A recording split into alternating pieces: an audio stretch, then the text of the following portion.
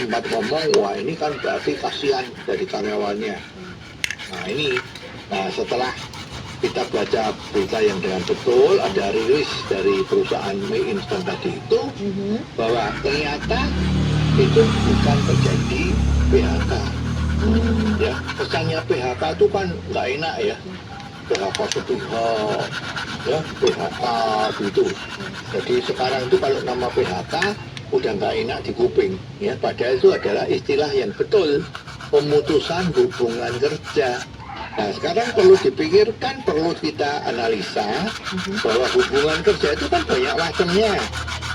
Ada yang sifatnya misalnya itu tenaga yang bulanan, tenaga tetap. Nah itu kalau namanya PHK ya karena dia statusnya adalah tetap. Nah sekarang kan ada juga PHK, sebetulnya itu PHK itu juga menjadi istilah yang populer. Padahal yang betul itu kalau orang yang tenaga kerjanya itu adalah kontrak.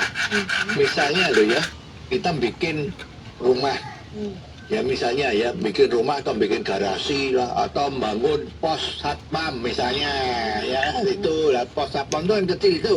Nah sekarang kan kita kan pasti memanggil pemborong kan.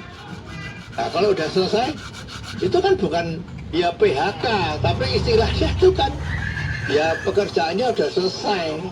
Ya kalau kebetulan pekerjaan itu dilakukan pada bulan Ramadan, apakah juga kena peraturan dan membayar THR sama dia? Nanti ya kan. Nah ini sebetulnya perlu ada satu istilah-istilah yang jangan disamaratakan. PHK, pertanyaan negatif, pasti pengusahanya yang licik. Ya enggak, pada kejadian mie instan ini bahwa perusahaan mie instan itu kan tenaga kerjanya itu naik turun.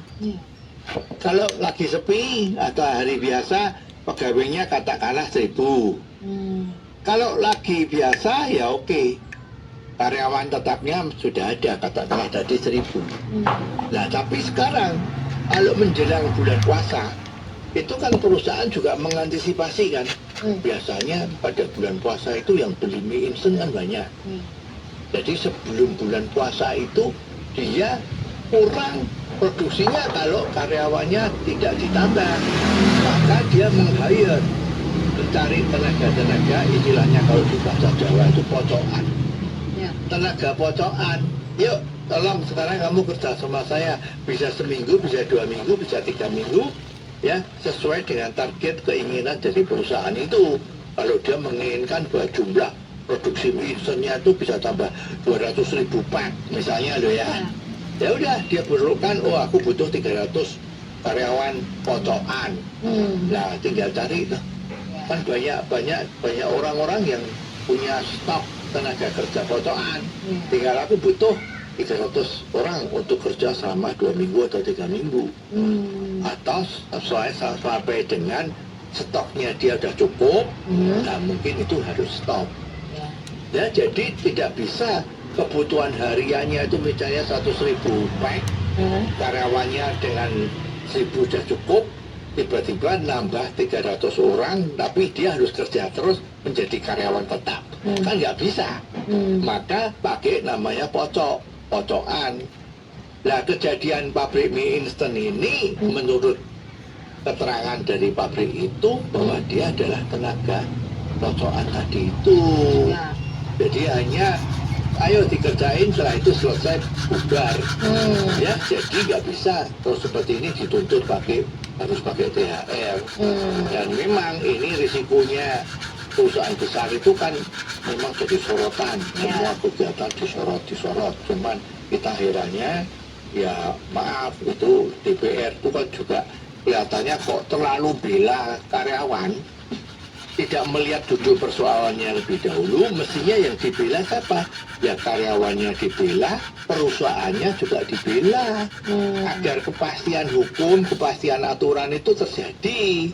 Ya jadi mestinya ayo semua yang terlibat dalam hal ini harus pakai pikiran yang cool, jangan pakai emosi. Ya kalau kita lihat di televisi itu beberapa oknum dari DPR itu kan wah ngomongnya mengebu-ngebu, ini tidak bisa, perusahaannya harus ditindak, ini tidak sesuai dengan aturan macam-macam. Ya terus terang ya, haruslah karyawan dibela, ya perusahaannya juga dibela agar hubungan antara karyawan dan pengusaha itu harmonis. Jadi jangan dikompor-kompori, nanti itu menjadi hubungannya tidak baik. Oh, jadi begitu ya Om Bob. Jelas deh sekarang. Terima kasih Om Bob untuk waktunya. Sampai ketemu lagi di waktu yang akan datang. Hari-hariku bersamamu.